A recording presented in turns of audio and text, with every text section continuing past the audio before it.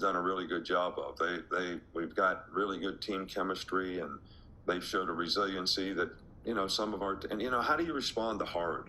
We had a really good team last year, but if you look at it, when it got right down to the end of the Tennessee game or the end of LSU game, we didn't handle hard very well, and I think, if you want to be a really good team, you got to be able to handle hard well. I mean, when things get difficult, that's when you got to be able to stay focused and be relentless in how you go about doing your work.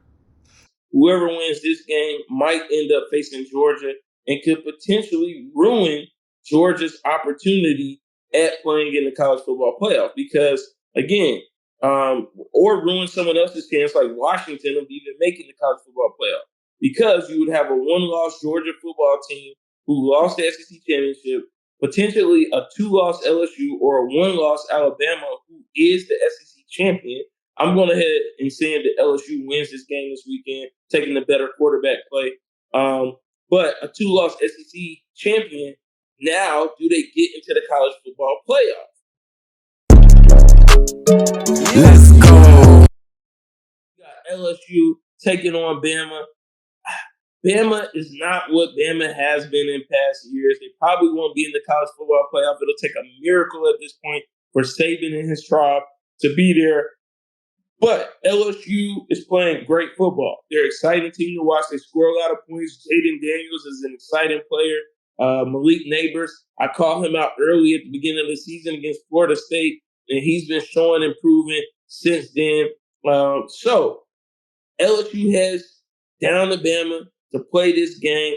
Dub, if you got to make a pick, who do you have winning this game? I'm just going to say Roll Tide. I was yarning intentionally when we kicked off this segment because I really don't care about these two teams. I'm a Buffaloes fan. We're not playing the best football right now, and that's going to change tremendously next season once we get our offensive line together. But when it comes to SEC football, it's highly competitive. And what I think was happening here, guys, is that we're starting to see a transition in college football. Because of the introduction or the insurgence of the NIL, it has really leveled the playing field for some of these dominant teams that we have seen over the course of the years.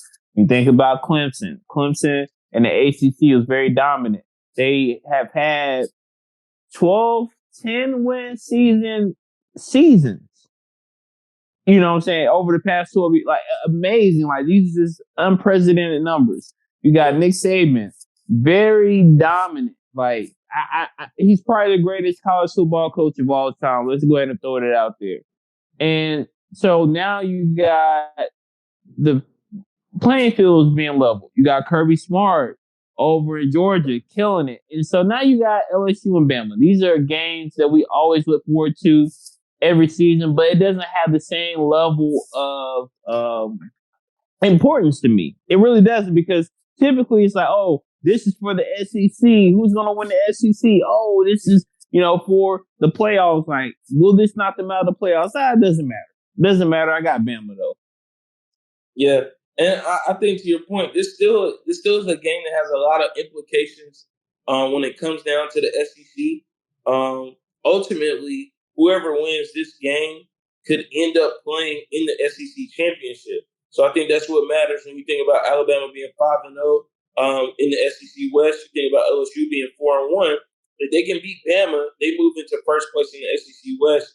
They can represent the SEC West in the championship. Or even if Bama wins, you think about Bama knocks off Georgia in the SEC championship, Georgia being in the SEC East. What does that do to the college football playoff?